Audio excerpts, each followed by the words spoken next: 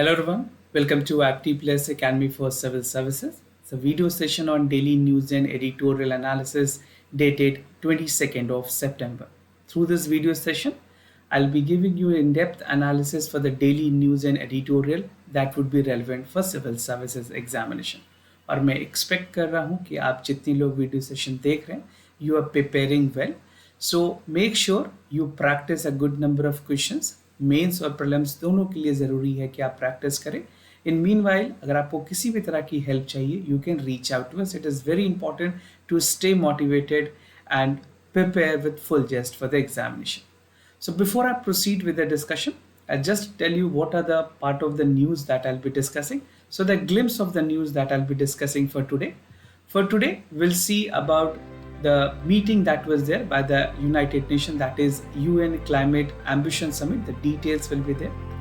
Second important news, that is TERAI outlined the broad guideline for the OTT platform. That will be again important. Other important news is about the Adi Sankaracharya 108 feet temple that was recently unveiled by the Chief Minister of Madhya Pradesh. Other important news is about a panel. The parliamentary panel has come up with a report with regards to the overcrowding in prison. And we'll conclude the session with editorial that talks about Delhi not to choose. So this gives you a hands-on experience about the part of SCO G7 summit and the BRICS evolvement. So the detail will be discussed now. And if you're new to our channel, do not forget to subscribe Apti Plus Academy for Civil Services on YouTube. हमारी social media पे भी presence है like Instagram and the part of Telegram. ये दोनों जगह पे भी काफ़ी फाइल्स और इम्पॉर्टेंट कंटेंट शेयर की जाती है जो कि आपके प्रिपरेशन के लिए काफ़ी ज़्यादा हेल्पफुल होंगी. So do check it out. Now we'll start the discussion with the first news, that is UN Climate Ambition Summit के बारे में बात करेंगे. यूनाइटेड नेशन के जनरल सेक्रेटरी ने रिसेंटली ये मीटिंग बुलाई है and this is something where efforts are there by the global leaders to come up with the climate change policies. तो क्लाइमेट चेंज में जो पॉजिटिव एटीट्यूड की ज़रूरत है और सारे कंट्रीज़ को प्रोएक्टिव रोल के लिए बताया गया है, वहाँ पे लिए इस मीटिंग को बुलाया गया था, which is again very important at global level. Now, this particular summit, which is named as Climate Ambition Summit 2023, this can be again relevant for both prelims and mains examination. Specifically, अगर बात करें prelims और mains दोनों में ये relevant होंगी आपके लिए. In mains, you can use this as a fodder point, right? Now, what was the detail and what was the aim of this meeting? First, it called for political milestone in demonstrating the collective global to accelerate the pace and scale for the transition which is there for the renewable based energy and climate resilient global change. If you see climate change की अगर बात करें, there has been a lot of another initiative that is taking place. Specifically अगर Paris climate change की बात करें, this took place in 2050 जहाँ पे भी climate के target रखे गए थे which has not yet been met, right? उसके अलावे हमारे पास SDG के goals है, this is for 2030 जहाँ पे भी जो क्लाइमेट के टारगेट है वो इंपॉर्टेंट मेंशन किए गए. तो सारी चीज़ों को रिविजिट करने के लिए इस बार क्लाइमेट एम्बिशन समिट बुलाई गई है. Now this is again a scientific assessment जहाँ पे IPCC, दो inter governmental panel on climate change है, उनके जो कुछ क्राइटेरियाज थे, उनके जो कुछ टारगेट्स हैं उसको मीट करने की भी कोशिश की जाएगी. The damage on the climate crisis is already extensive. और ग्रीन हाउस गैसेज एमिशन की अगर बात करें, green house gases emission is although in a higher side, उसको reduce करने की ज़रूरत है. So this is the effort which is taken by the United Nations, right? And the world need to immediately reduce the part of global emissions जो 1.5 की target रखी गई है above the part of the pre-industrial level. This was also the part of the target that was set during the Paris climate change. तो targets को meet करनी and even to augment the overall target, that is what has been there in the Climate Ambition Summit 2023. Now, one important thing to be noted, यहाँ पे 3 thematic sessions रखे थे UN ने, and these thematic session is again important. आप बता सकते हैं यहाँ पे credible net zero emissions की target थी. For India, the net zero emissions target is 2070. So this is again important. I think most of you must be aware. जो दूसरी थीम सेशन है that is on delivering the climate justice. So climate justice is again important, and the last but not the least is accelerating the decarbonization. India ने बहुत हद तक इसमें target 2030 की रखी है और सारे कंट्रीज की कोशिश है that they can achieve and accelerate the part of decarbonizations. Now, greenhouse gas emissions की specifically अगर बात करें, there are certain countries which is higher on the emitters. मैं आपको list दिखाऊंगा जो emitting countries है. So before that, just to tell you, the countries is China. This is the top country. Then United States and India. ये तीन countries हैं. They have their ranking और ये together account for 42% of the global greenhouse gas emissions. ये top 3 emitters countries हैं. अगर रनअप्स की बात करें, सो this was a follow up meeting जहाँ पे 100 हेड्स को बुलाए गए और उनके रिस्पॉन्सेज को जाना गया that how we can achieve the target. So the 3 important countries which is there is China, then we have United States और इंडिया. उसके अलावा जो और कंट्रीज हैं that include Russia, Indonesia, Brazil, Japan, Iran, Germany, Canada और global average में 0.25 billion की. तो इंडिया की भी अपनी कमिटमेंट है with regards to the greenhouse gas emissions. However जो रिप्रेजेंटेशन इस बार की मीटिंग में हुई यूएन की तरफ से उसमें सिर्फ 34 स्टेट्स ने पार्टिसिपेट किया and 7 institution where the part of this meeting, right. So this graph will again help you. अगर आप मेंस में लिखना चाहें तो आप क्रोनोलॉजी ऑर्डर पे भी बता सकते हैं. Now, criteria for the countries that is speaking on the summit, because when any country is participating in UN, कुछ criteria follow करनी होती है that help the countries to come up at the main podium. So इसके लिए basically जो national determined contributions है, this is again the part of Paris climate change. उसके अंदर जो ग्लासगो समिट हुई थी वहाँ पे भी ये बात की गई थी कि जो national determined contributions है उसे अचीव करने के लिए 2030 की टारगेट दी गई है. So these country were upon to talk upon important issues, which is updated net zero emissions. For India, this is 2070. For other country, it is 2060. And average इसी numbers of year रखे गए हैं ताकि सारे countries इसको achieve कर पाएं. Energy transition plan with a commitment to no new coal, oil और gases, किसी भी तरह की ऐसी carbon emissions के fuel को ना use करना ताकि और ज़्यादा problems हो. Fossil fuel phase out plans के बारे में बात करना. More ambitious renewable energy target, green pledge fund. See, if you see, climate fund has been again very important. Climate fund अभी ग्लासगो में भी मीटिंग और recent जो COP26 की मीटिंग हुई 27 के मीटिंग में भी the COP27 meeting has come up with the climate finance fund. So इस तरह के funds जो हैं काफ़ी ज़्यादा important होंगे. Economic wide adaptations and resilience is something that is again important. सो अगर क्राइटेरिया या फिर इंपॉर्टेंट इश्यूज की बात करें ये डायरेक्टली आप यूज कर पाएंगे मेंस एग्जामिनेशन में भी. नाउ क्लाइमेट प्लेज इंडिया की स्पेसिफिकली अगर बात करें, India has been pledging on many important forum and India has set a target for 45% to 2005 level by 2030 and 10% increase that is going by 2050. So I'll tell you the Panchamrit initiative that government has actually come up. Government of India ने, prime minister ने specifically achieving net zero emissions की target की बात की है 2070 की. Reducing the carbon emissions that is by 2030. Increasing renewable energy component by 50%, this is by 2030. Reducing carbon intensity by 45% तक की रिडक्शंस की बात की गई है बाय 2030 और नॉन फॉसिल से 500 गीगावाट बाय 2030. तो ये कुछ इंपॉर्टेंट फैक्ट्स हैं, आपके प्रॉब्लम्स में भी हेल्प करेंगे आपको. And even if you're writing in mains, you can use this as a fodder point that what are the India 5 big targets to achieve the part of climate change initiatives. Now the other news that is TERAI has come up with the broadcast guideline. जो Telecom Regulatory Authority of India है उन्होंने एक broad guideline pre consultation paper release की है for the national broadcast policy. Now this will be again important specifically for OTT platform. जितने भी OTT platforms India में काम कर रहे हैं उनके लिए एक प्रॉपर रेगुलेशन भी होगी और टेराई ने इस तरह के रेगुलेशंस पहले भी दिए हैं which is again important, right. So this is something which will be important from try part. और टेराई की रेगुलेशंस की अगर बात करें, it has a specific power. Prelims में भी डायरेक्ट आपसे इस पर्टिकुलर बॉडी के बारे में, इसके पावर और पोजीशन के बारे में पूछी जा सकती है. Now what they have actually come up और इसकी एम क्या है जो टेराई ने गाइडलाइन दी है. Main aim is to come up with the national broadcast policy, right. So this is national broadcast policy जो कि कंसिडर करनी है for the formulation because there will be a uniform rules that will be applicable across India, right? So the policy main approach is for licensing, oversighting and compliances. तीन चीजें हैं. First is about the license, then we have compliance, right? और third is oversight. तो ये सारी चीज़ों को ध्यान रखते हुए ये इंडिकेटिव पेपर्स बनाई गई हैं और इंडस्ट्रीज प्लेयर के साथ शेयर की गई. Now TRAI with the stakeholders has come up with the comments on the issues, जो कि एक फाइनल नेशनल ब्रॉडकास्ट पॉलिसी को ड्राफ्ट करने में. So this is something the final draft will come after the final approval from the stakeholders and the industries player.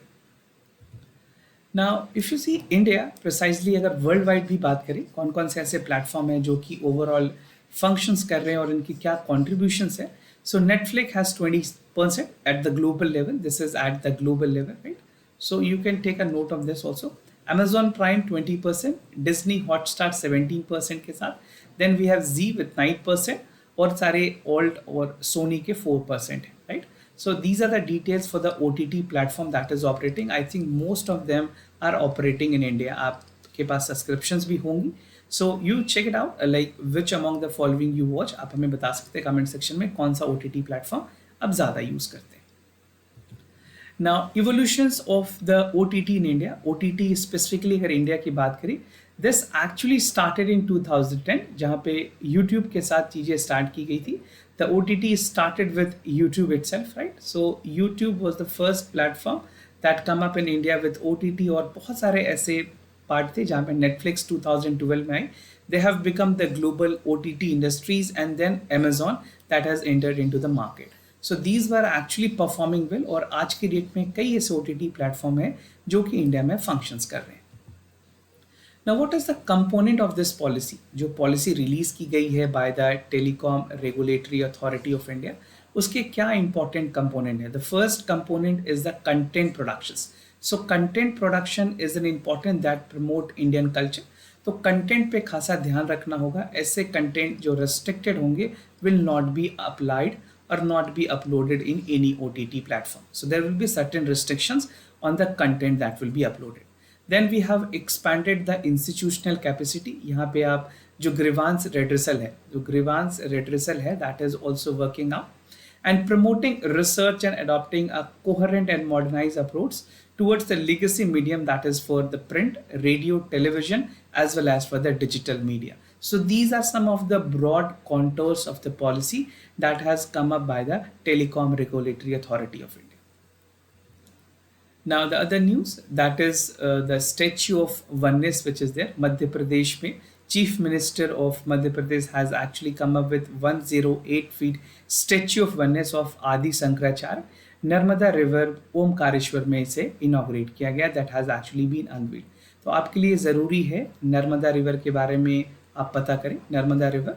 And this venue Omkareshwar is again important. यहाँ पे कई बार आपसे सवाल भी किसी दूसरे एग्जामिनेशन में अगर आप पेयर कर रहे हैं तो वहाँ पे भी रेलिवेंट होंगे.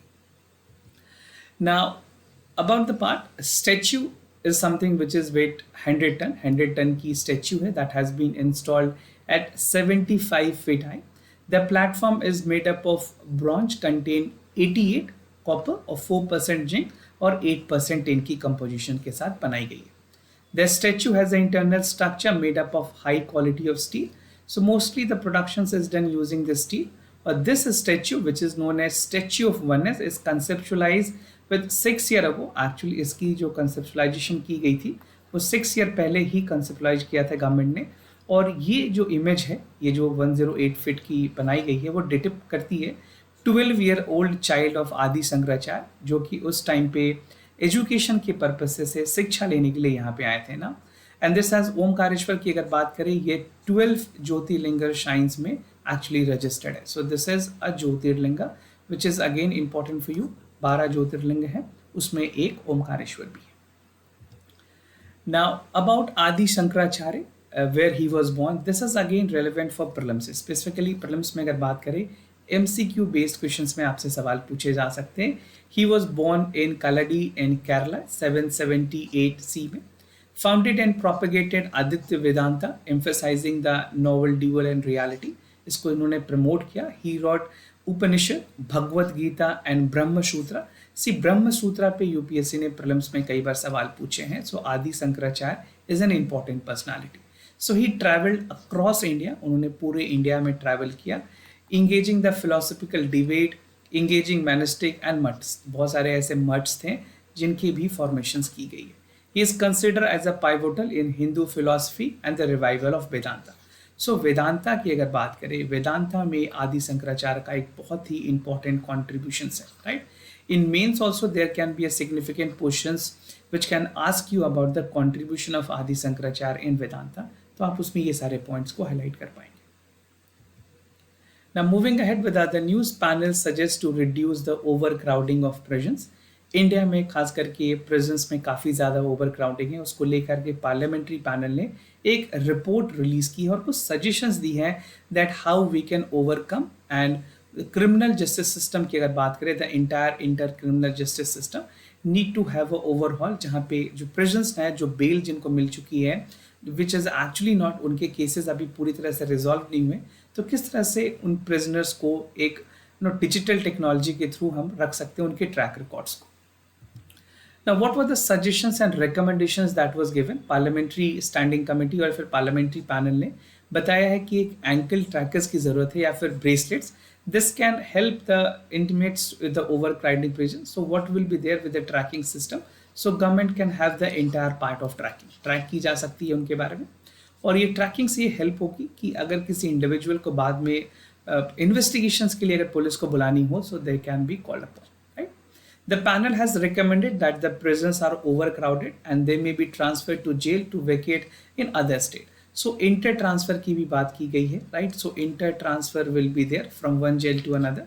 So if some individual is from Uttar Pradesh, he can be brought in to Rajasthan as well. If अगर राजस्थान में या फिर उत्तर प्रदेश में intervariably change की जा सकती है अगर वहाँ पे space का.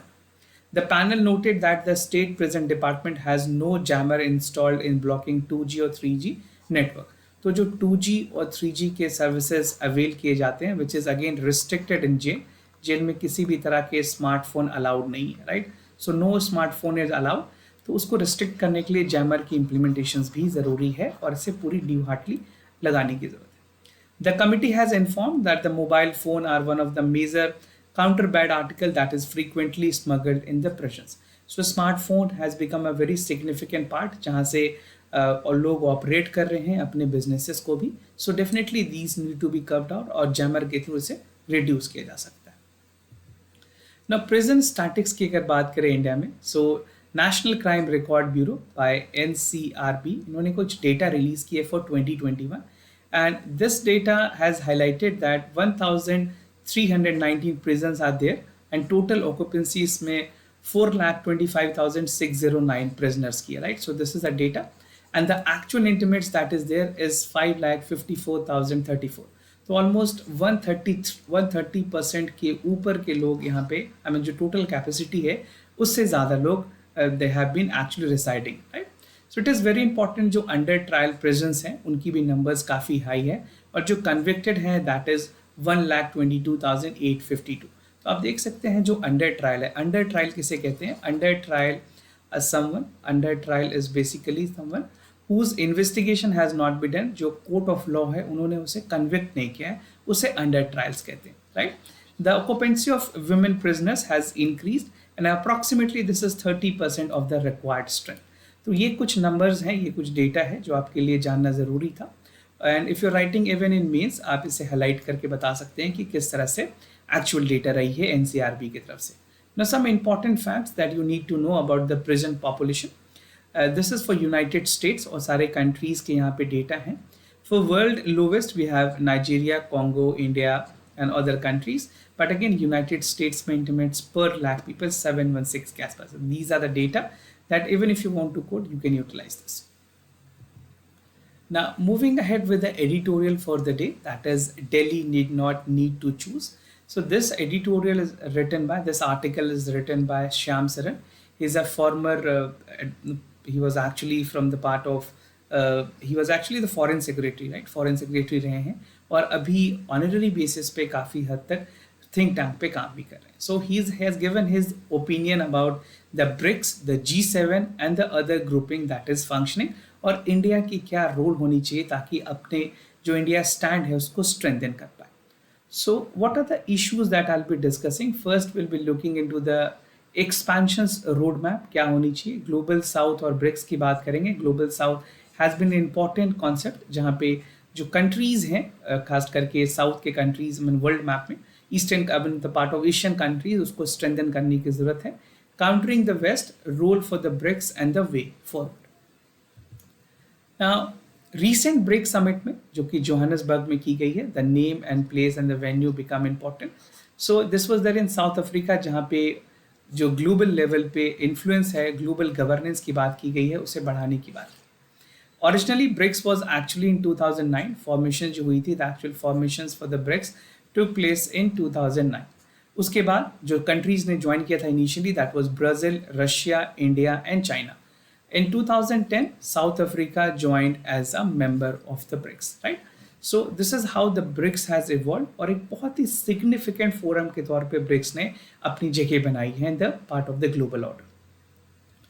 Now, expansion roadmap की अगर बात करें, this initiative was actually taken by China. China ने इस initiative को लेते हुए Russia और 6 new members, that is Argentina, Egypt, Ethiopia, Iran, Saudi Arabia और UAE को participant बनाया. Several other countries have also reported to convince their joining group, and that can be having a more expansion approach. अगर expansion की बात करें, so expansion approach for the BRICS, this is what has been required. Now, if you look at the part, I mean, the indicators are there that India और Brazil ने इसमें बहुत ज़्यादा अपनी इंटरेस्ट नहीं दिखाए. They are not pretty interested, जहाँ पे इस एक्सपेंशन को सिर्फ वेस्ट के काउंटर करने के लिए, बट कि जो खास करके एशियन कंट्रीज़ हैं, जो मेंबर कंट्रीज़ हैं, उनके बेनिफिट के लिए भी यूटिलाइज किया जा सके. ना ग्लोबल साउथ एंड ब्रिक्स की अगर बात करें, so the first question is, क्या ग्लोबल साउथ की एक अनयूजुअल इंटरेस्ट रही है ब्रिक्स में?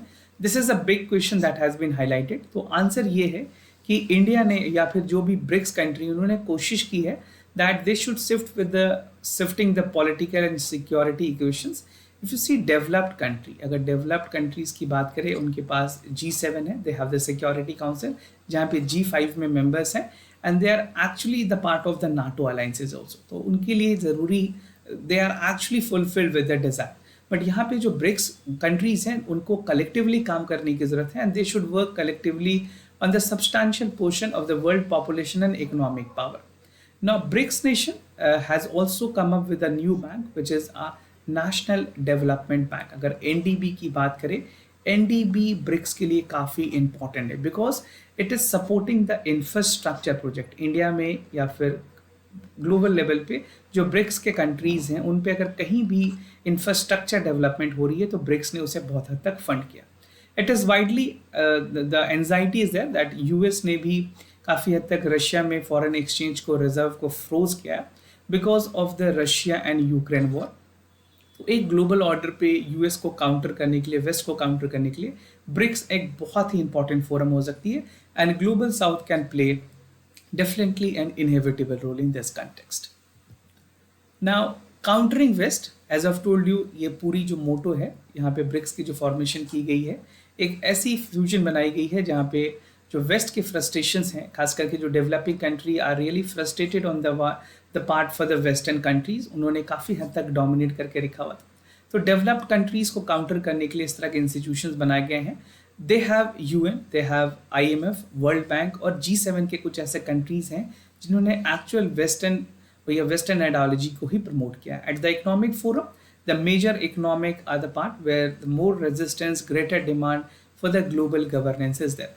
ग्लोबल गवर्नेंस की अगर बात करें, global governance has been an important topic for the mains examination also. Global governance में आप और क्वाड, ओकस, इस तरह के जो इम्पॉर्टेंट फोरम है उसके बारे में भी बात कर सकते हैं, that how it has actually help. Now countering west is something that is there, I mean this is the repeated one. Now way forward की अगर बात करें, India need to engage in a multiple international grouping. India को ज़रूरी है that see we are still in the developing phase, so at this juncture we need to have the part of gathering. और यहाँ पे हमें ज़रूरत है कि हमारी जो इंगेजमेंट है वो लाइक माइंडेड कंट्रीज़ के ज़्यादा हो.